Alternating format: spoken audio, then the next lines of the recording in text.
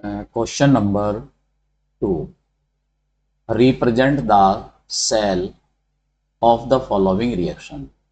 किसी सेल में ये एक रेडॉक्स रिएक्शन हो रही है और इस सेल को हमें रिप्रेजेंट करना है।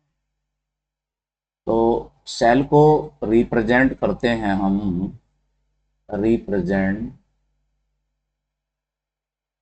Presentation of cell.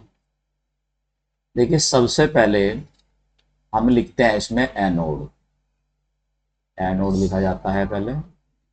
तो एनोड पर होता है ऑक्सीडेशन।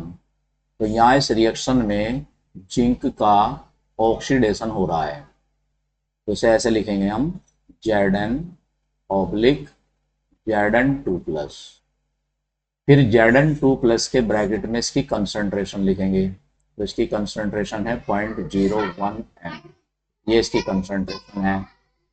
उसके बाद इसमें साल्ट ब्रिज बनाएंगे। साल्ट ब्रिज के लिए दो पैरेलल लाइन बनाएंगे और उसके बाद लिखते हैं हम इसमें कैथोड।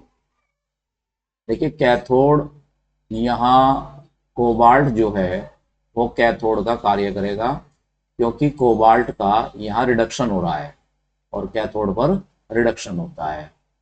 तो कोबाल्ट आयन जो है पहले वो लिखेंगे और ब्रैकेट में उसकी कंसंट्रेशन लिखेंगे। ठीक है, फिर ऑब्लिक, और किस में इसका रिडक्शन हो रहा है? CO कोबाल्ट में। तो ये इस सेल का रिप्रेजेंटेशन है। तो इस तरह से हम किसी सेल को रिप्रेजेंट कर सकते हैं। ये गैल्वेनिक सेल है और गैल्वेनिक सेल में एनोड नेगेटिव होता है और कैथोड पॉजिटिव होता है। ठीक है।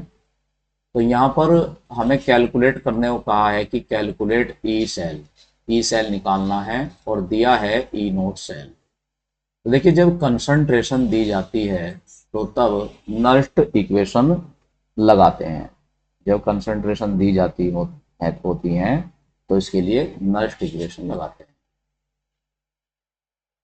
तो नल्ट इक्वेशन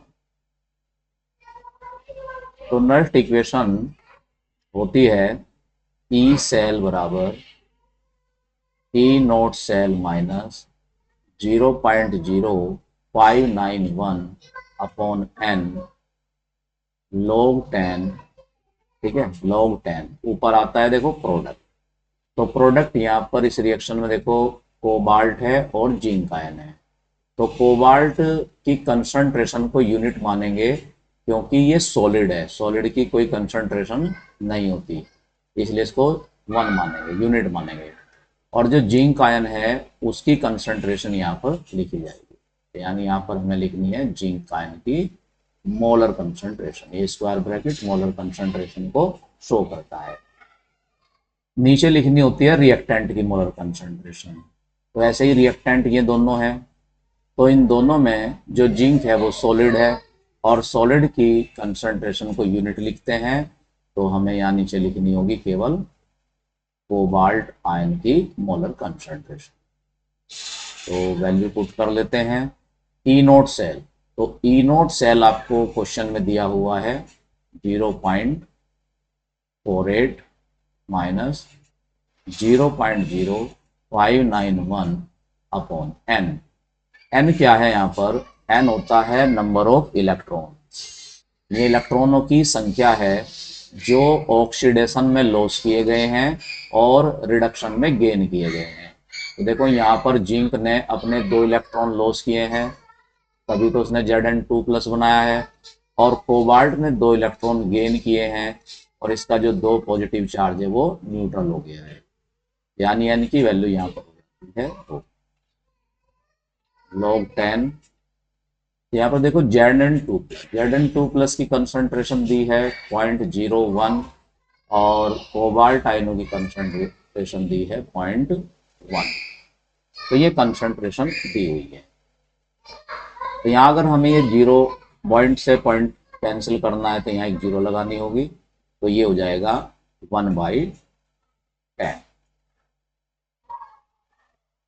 तो इक्वल हो जाएगा, इसे सोल्व कर लेते हैं। 0.48 माइनस 0.0591/2 log 10 1/10.